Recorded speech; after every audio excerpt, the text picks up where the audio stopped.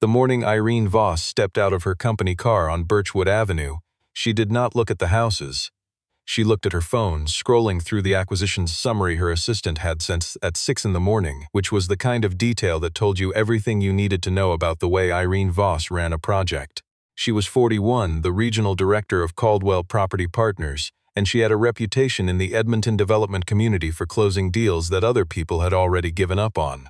Behind her, moving at a slightly faster pace than necessary, came Derek Sloan. He was 37, the acquisitions coordinator for the project, and he had the particular energy of a man who had learned to read rooms quickly and position himself accordingly. He held a tablet in one hand and a coffee he had not touched in the other. "Birchwood is almost done," he said, falling into step beside her. 7 of 9 properties committed. The holdouts are the Nazarians at the end of the block. He paused. "And the shed property."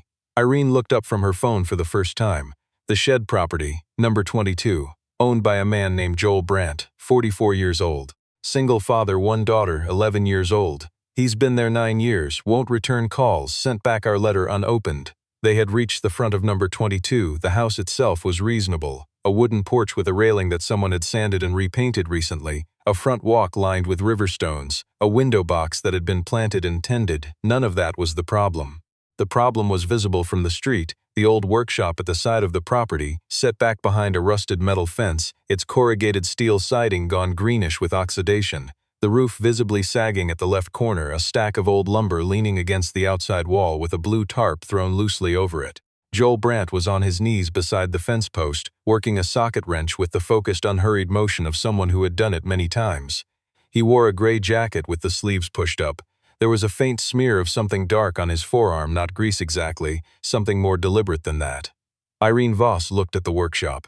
Then she said, clearly and without particular effort to moderate her volume, "That structure is an eyesore. I am surprised the city hasn't cited it." Joel Brandt stopped turning the wrench. He did not stand immediately. He finished the rotation he had started, set the wrench down on the concrete with a clean small sound, and then stood slowly. He turned and looked at Irene the way a man looks at weather that is inconvenient but not unexpected. He said nothing. He picked up the wrench, walked to the workshop door, pulled it open just wide enough to step through, and disappeared inside. The door swung back, not slamming, just closing, with the soft finality of a decision already made. Derek cleared his throat. Irene was already typing something on her phone. Inside the kitchen, 11-year-old Mara Brandt was finishing a piece of toast when she heard the woman's voice from outside. She went to the side window and stood on the second rung of the kitchen stool to see over the fence. She watched her father go into the workshop. She watched the 2 people in nice clothes stand on the sidewalk for a moment longer and then walk back toward the black car at the end of the block. She got down from the stool, picked up her toast, and went to finish getting ready for school. Birchwood Avenue had been the same kind of street for most of its life. The kind where people knew each other by first name and by the rhythm of each other's days, who walked their dog at what hour, whose kitchen light came on earliest. Edmonton winters had a way of making neighbors out of strangers out of simple necessity, and Birchwood had its own particular closeness that had survived 3 decades of the city growing around it. Number 22 sat midway down the block. The house had been built in the late 80s, nothing distinctive from the outside, but the inside had the settled quality of a place where someone had made small improvements steadily and with care. The floors had been refinished, the kitchen shelves had been rebuilt. The narrow hall closet had been fitted with a custom-made insert, wood joinery that was precise enough to make a carpenter look twice, and then stand there a moment longer. Joel Brandt moved to Birchwood 9 years ago, a year after his wife, Patricia, died of an illness that had taken 14 months from diagnosis to the end. He had taken Mara, who was 2 years old, out of the apartment in the South End that had been their life together, and moved into number 22 because it had a side lot and a workshop and a price he could afford on one income. That was the practical version of the reason. The real version was harder to say out loud, and he had never tried. The workshop had been there when he arrived. 40 feet by 20, corrugated steel walls, a concrete floor with a floor drain, 2 windows with wire-reinforced glass. The previous owners had used it for storage. Joel had spent the first month clearing it out, the second month pouring a new section of floor, and the third month running electrical conduit along the interior walls with the care of a man laying the foundation of something that mattered. From the outside, nothing had changed. He had left the siding as it was, left the roof as it was, let the fence oxidize and the tarp collect leaves and the stack of old lumber stay exactly where it was, more or less. There was a reason for that, though he had never explained it to anyone except Mara, and only to Mara because she had asked and because she was the kind of child who deserved an honest answer. Every morning before dropping Mara at school, he walked to the workshop and stood at the door for a moment the way some people stand at the edge of a body of water before getting in, just taking stock, just making sure it was still there. Mara had stopped asking when he would be finished. She had started asking something slightly different, which was whether it was getting better. He always said yes, and she had learned to hear the particular register of yes that meant genuinely yes, and the one that meant not today but eventually, and she filed each one away in the careful internal archive that children of grief develop without anyone teaching them. Their neighbor across the alley was a retired machinist named Harold.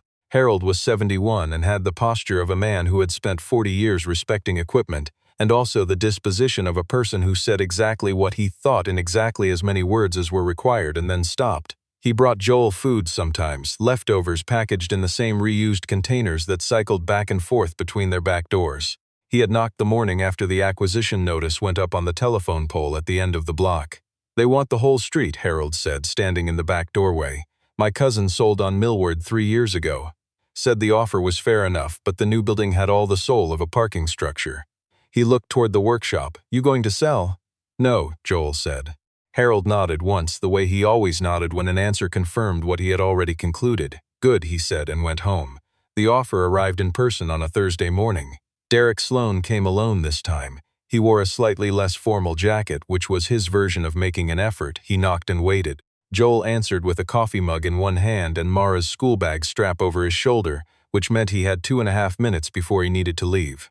"Derek Sloan, Caldwell Property Partners," Derek said. "I don't want to take much of your time. $340,000 for the property and the lot. That is 60% above current assessed value. Your neighbors on both sides have accepted offers.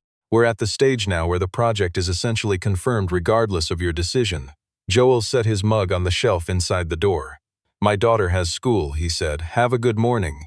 He closed the door, picked up the bag, and called Mara from the bottom of the stairs. On the walk to school, Mara held his hand for the first block, which was a habit she maintained with a certain self-aware stubbornness, aware that she was nearly old enough that some of her classmates would consider it embarrassing and not caring yet.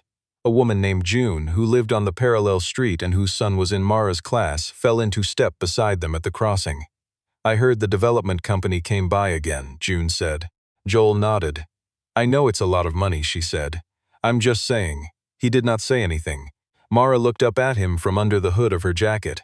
When they reached the school gate, she turned and looked at him the way she had started to look at him in the past year, with the particular evaluating attention of a child who was beginning to understand that her parent was a full person who had things she could not see.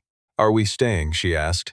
"We're staying," he said. She nodded, turned, and went in through the gate without looking back, which was also a thing she had started doing recently. He watched her until she was inside. That evening in a hotel suite on the west end of the city, Irene Voss sat with the project file open on her laptop and a glass of water she had not drunk. She had read the property summary on number 22 3 times. Purchased 9 years ago. Mortgage cleared in full 6 years later, unusually fast for the purchase price. Tax records clean. Employment history, a registered sole proprietorship, technical consulting, no further detail. Revenue sufficient to suggest the work was consistent and significant. There was nothing in the file that should have made her pause. It was a straightforward acquisition refusal, not rare, not complicated. And yet the file had the quality of a crossword puzzle where one square refused to resolve.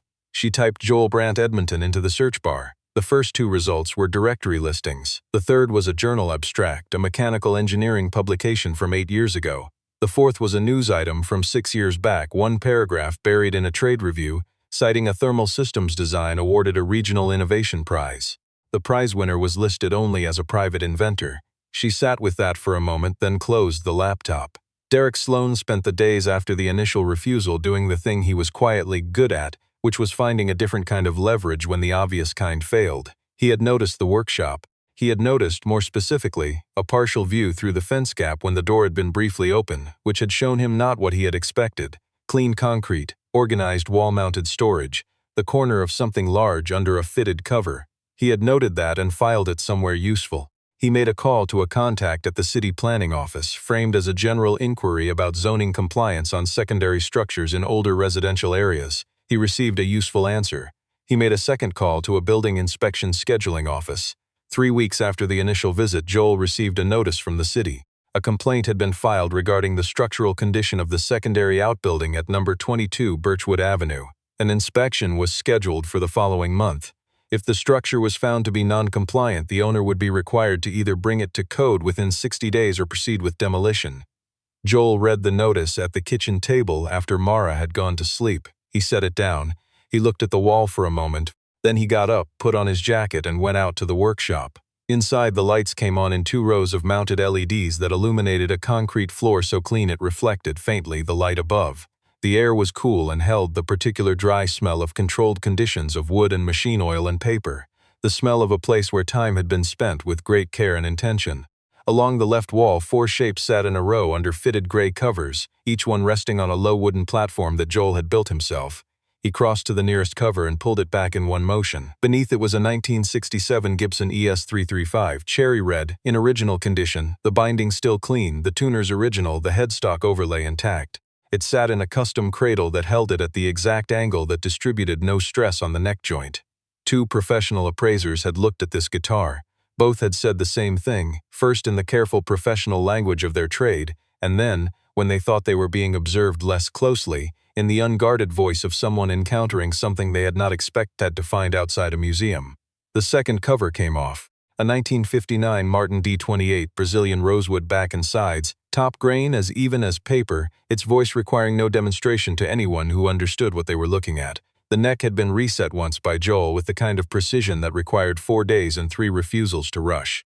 The third cover revealed a 1963 Fender Stratocaster in Fiesta Red, all original, its case hardware still present, its pickup covers unyellowed in a way that should not have been possible and was possible only because of the conditions in which it had been stored and the patience of the person doing the storing.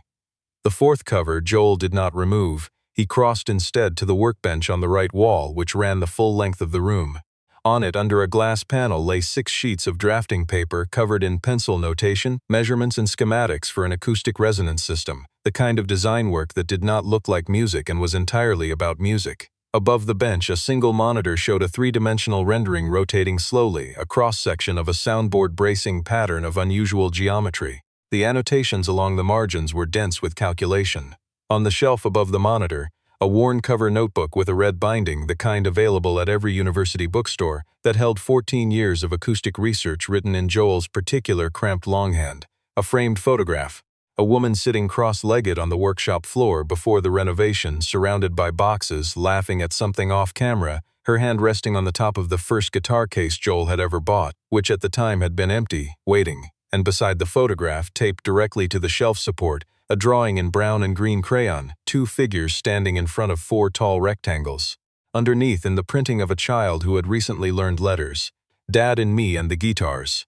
Joel stood in the center of the room. He looked at the notice again. He read it a second time. Then he folded it in half, set it on the corner of the workbench, and picked up his phone.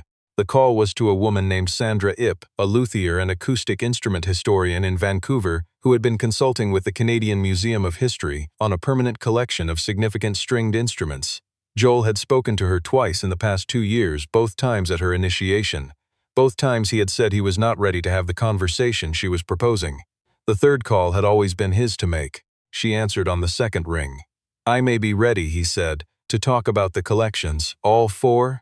All 4, and the design work." Another silence, longer this time. Joel, the ES335 alone at current bar market in that condition would anchor a significant acquisition. All 4 together with documented provenance and the acoustic research. She stopped. "We would need to bring in the board. This would not be a minor conversation." "I know," he said. "When can you meet?" "Whenever you need," he said. "But I have something to deal with here first." The city inspector arrived on a gray Tuesday morning and spent 45 minutes on the exterior of the workshop, working with the methodical attention of someone who had been given a specific task and intended to complete it. Joel watched from the back doorway. He did not go out until the inspector knocked on the workshop door. Inside, the inspector spent 20 minutes walking the perimeter, checking the wall anchors, the roof supports, the electrical panel, the floor drain, the ventilation system. He was thorough. He made notes. At the end, he stood in the center of the room and looked around with the expression of a man who had arrived expecting to confirm something and found instead something else entirely. "This structure," the inspector said, choosing his words with the particular care of a professional who has been surprised. has been retrofitted to a standard that exceeds current residential code in several categories. The roof truss reinforcement, the HVAC installation, the electrical. He stopped. Who did this work? I did, Joel said. The inspector wrote for a moment. The complaint filed is regarding external condition. I know. The external condition is cosmetic. The structure itself is sound. He capped his pen. I'll note the inspection findings. The complaint will be dismissed. He looked at the guitars, the workbench, the monitor. He did not ask, but he looked. You do good work, he said, and let himself out. When the dismissal notice arrived at Derek Sloan's email file 3 days later, he read it standing up at the hotel desk and remained standing for a moment after. Then he forwarded it to Irene with a note that said only, may require a different approach. Irene did not reply to the email. She forwarded it to the project legal counsel and asked for a summary of available options. The response came back within the hour. The summary was not encouraging. The workshop was compliant. The property was freehold. The owner was current on all municipal obligations. There was no regulatory pathway. The only mechanism remaining was negotiation. She sat with that for a while. Then she looked again at the search results she had pulled up 3 weeks ago. The trade journal entry. The Innovation Prize. She picked up her phone and called a colleague at the University of Alberta's Music and Sound Engineering Department, a woman she had met at a funding committee 2 years prior. She described the workshop in general terms. She mentioned the acoustic research she had observed. She mentioned the name. The line went quiet for a moment. Joel Brandt, the colleague said. You're at his workshop? I was. Irene, he published a paper 6 years ago on graduated bracing topology that people in acoustic instrument design are still arguing about. And that's the only thing he's ever published. Everything else he keeps private. A pause. He designed the resonance system that 3 Canadian concert halls consulted on in the past decade. Nobody knows it was him because he doesn't want anyone to know. Another pause. The rumor in the field is that he's been developing an original Lutherie method for something like 10 years. Nobody's seen it, he won't talk about it. The colleague's voice shifted slightly. Why are you asking about him? Work, Irene said, and ended the call carefully. Mara found out about the city inspection notice the way she found out about most things her father considered adult business, by reading the energy of the kitchen in the morning, the particular quality of stillness that meant something had happened and was being managed. She did not ask directly. She asked instead whether she could go into the workshop after school, which was a question she asked approximately once a month and to which the answer was always not yet. This time Joel looked at her for a moment and said, Give me another few weeks. She studied his face. Is everything okay with the workshop? Yes. Are those people still trying to buy our house? They are. She poured herself a glass of orange juice. Are they going to get it? No, he said. She drank the juice and set the glass in the sink and picked up her backpack. Good, she said, and went out the front door. The meeting was held in a conference room on the 9th floor of a building 3 blocks from the Edmonton courthouse. Sandra Ip flew in from Vancouver. The legal counsel for the Canadian Museum of History attended by video. 2 representatives from the National Instrument Acquisition Fund sat at one end of the table, with folders they had read carefully on the flight. Joel arrived with a worn messenger bag that held a printed copy of the acoustic research document, a USB drive with a 10-year archive of design documentation, and the provenance files for all 4 instruments, organized with the kind of precision that made the Acquisition Council look at their counterpart and then look away again to maintain professional composure. The conversation lasted 4 hours. At one point, Sandra Ip asked to see photographs of the instruments again, not because she needed to, but because she wanted the rest of the room to see them on screen, which had the effect she had intended. The fund representatives went quiet and stayed quiet for a while after. The figure on the table at the end of the meeting was not what Joel had expected. It was higher. The research component, which he had not thought of as separable from the instruments, was, according to the fund's valuation, significant in its own right. A licensing structure was proposed for the Lutherie method, with the museum as the institutional anchor.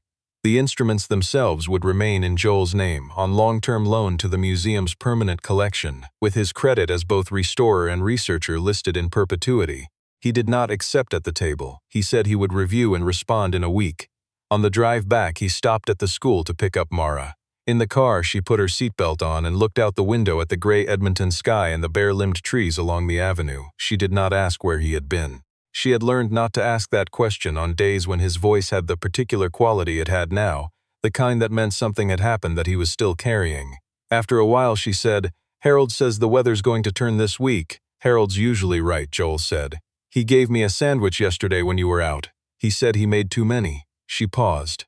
I think he just makes extra on purpose. I think so too, Joel said. She looked at him for a moment from the passenger seat. Are you okay? He glanced at her. Yeah, he said. I think so. She nodded and looked back out the window.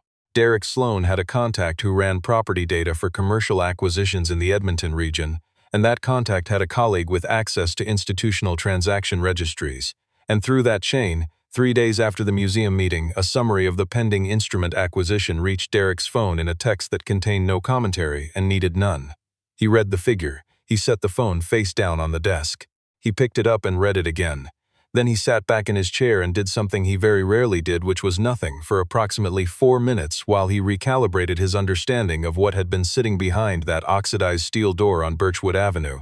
He drafted an email to Irene, deleted it, drafted another one, and sent that. It said, I think we have a problem, and I think it's the kind I made worse. I'll explain in person. Irene was already aware. Not through Derek's information, but because Sandra Ip had given a brief interview to a music culture publication 2 days earlier about the pending acquisition, not naming the collection or the owner, but describing the project in terms specific enough that Irene, who had spoken to the colleague at the university, understood exactly what she was reading. She had been sitting with it for a day before Derek's email arrived. The thing she sat with was not the size of the transaction, though that was considerable.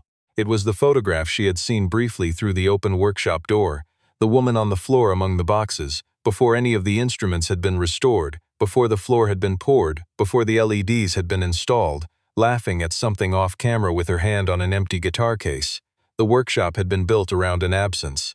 Joel Brandt had spent 9 years turning grief into something so precise and so enduring that an institution wanted to preserve it permanently. She had made a comment from the sidewalk about an eyesore. She went to Birchwood Avenue alone the following morning, no car. She walked from the transit stop, which took her past the corner where the old maple at number 3 had shed half its bark in the last ice storm, and the front walk of number 17 where someone had put out a crate of paperback books with a sign that said, "Free, please take." She stopped at number 22 and stood at the front gate. Joel answered the door. He looked at her the way he had looked at her the first morning, with the same equanimity, but something in the quality of it had changed. It was less weather and more information. She said, I owe you a clearer apology than I gave you last time. You didn't give me one last time, he said. That's what I mean, she said. He looked at her for a moment. Then he pushed the screen door open and gestured toward the back of the house. They stood in the workshop in the morning light. The roll-up door opened for the first time in months, the air coming in cool and carrying the smell of the birch trees in the alley. Joel had pulled the covers from the first 2 instruments. Irene stood for a long time in front of the Martin, close enough to see the texture of the top grain, the way the light moved across it when she shifted slightly. I said what I did because it was efficient, she said. I was assessing the block and I needed to know which properties were going to be difficult, and I said the first thing that confirmed what I thought I already knew. She paused. I didn't look. Joel said nothing. I do that, she said. I'm good at a lot of things, and that's one of the things I do wrong. He was standing beside the workbench with his hands in his jacket pockets. He was looking at the monitor, the rotating soundboard schematic, the marginal notations he had rewritten over a decade. How long have you been working on it, she asked. The method? 12 years, more or less, since before Patricia died. He paused. She's the reason the acoustic work started. She played guitar. She was not technically skilled, but she heard the instrument better than most people who are. He looked at the photograph on the shelf. She kept asking me why some guitars felt like they were holding back. I didn't have an answer, so I started trying to find one. Irene stood very still. The answer took longer than I expected, he said. Outside, the birch trees moved in the cold wind. A car passed on Birchwood, slowing at the crosswalk. The workshop held its particular quiet, not silence exactly, the active quiet of a space where serious work had been done and was still being done. Derek Sloan was dismissed from the Birchwood project the following week. The official reason logged in the HR file was conduct inconsistent with project standards, which was accurate but insufficient. Irene had been direct with him in person in a conversation that lasted 11 minutes and that he did not attempt to argue with, which was, in her estimation, the most self-aware thing he had done since joining the team. She wrote a personal note to the city inspection office clarifying that the complaint filed regarding number 22 had originated with a third party acting outside the authorization of Caldwell Property Partners. The note was formal and it was specific. The Birchwood Square project redesign was released 6 weeks later. The revised footprint worked around the south residential properties, incorporating them as a heritage street corridor adjacent to the new commercial development, a design choice that 3 architectural publications noted as unusual and 1 described as genuinely thoughtful. A journalist from the Edmonton Journal asked Irene at the project launch whether the change had been driven by community pushback. She considered the question. "It was driven by looking at something properly," she said, "which I should have done earlier." The acquisition agreement between Joel Brandt and the Canadian Museum of History was signed on a Friday in March, in a small conference room in Vancouver with Sandra Ip and 2 museum officials and a notary. The total value of the arrangement, instruments and research licensing combined was not publicly disclosed. Joel's name was listed on the acquisition documents as restorer, researcher, and inventor of record. Patricia Brandt was listed in the acknowledgement section, at Joel's request, as the question that started the work. He flew back to Edmonton the same evening. Mara was at Harold's when he got home, which was their arrangement when he traveled. He walked across the alley and knocked on Harold's back door. Harold opened it, looked at him, and said, "You look like a man who just finished something." "Part of something," Joel said. Harold nodded. "She's in there eating the last of the butter tarts," he said, and went back inside. Mara came out in her socks, coat unzipped, cotton crumbs on her front. She looked at him the way she had started to look at him lately, with the particular appraisal of a child who was becoming someone, assessing the person in front of her and comparing it to the person she already knew. "How was it?" she asked. "Good," he said. She studied his face for another moment. "Can I see the workshop now?" He looked at her. He thought about it in the way he had been thinking about it for a while, not whether but when, and the answer to when had been waiting for this particular kind of good. "Yeah," he said. "Come on." They went across the alley together in the cold, their breath visible, the birch trees above the fence bare and white against the night sky. Joel unlocked the workshop door and pulled it open and reached in for the light switch. The LEDs came up in 2 rows and lit the room from end to end. Mara stepped inside and stood in the center of the space and turned slowly, taking it all in with the quiet completeness of someone who had been waiting long enough that she was not going to rush. She walked up to the Martin and looked at it without touching it for a long moment, and then reached out and touched it very lightly with 1 finger, the way you touch something you have thought of for a long time. "They're beautiful," she said. "They were a mess when I found them," he said. "Every one of them." She moved along the row. She stopped at the Stratocaster. She looked at the photograph on the shelf, the woman on the floor before any of it had been built, laughing, her hand on an empty case. "Did Mom ever see them finished?" she asked. "She saw the first one," he said, "before. She saw what it could be." He stood beside her, his hands in his pockets. She would have known what to say about the rest of them. She always knew what to say about things she loved. Mara leaned into his arm. She did not say anything for a while. Outside the workshop, the cold Edmonton night sat over Birchwood Avenue with its usual patience, the birch trees still, the street lamps doing their quiet work, number 22 holding itself the way it always had, like something that had been waiting a long time to be properly seen. "What comes next?" Mara asked. Joel looked at the rotating schematic on the monitor, the design that had taken 12 years and that was not, despite what anyone might think, finished. "There's another question I haven't answered yet," he said. Mara looked up at him. "Mom's question?" "A different one," he said. "One she would have asked next." Mara thought about that for a moment. Then she straightened and looked back at the instruments in their row, and at the workshop her father had built around a question and an absence and 12 years of patient, private, serious work. "Okay," she said. "I want to hear about it." And in the morning, when Irene Voss appeared at the front gate of number 22 with 2 coffees from the place 4 blocks over that had been there, since before either of them was born, Joel was already at the workshop door. He looked at the cups. He looked at her. He held the door open.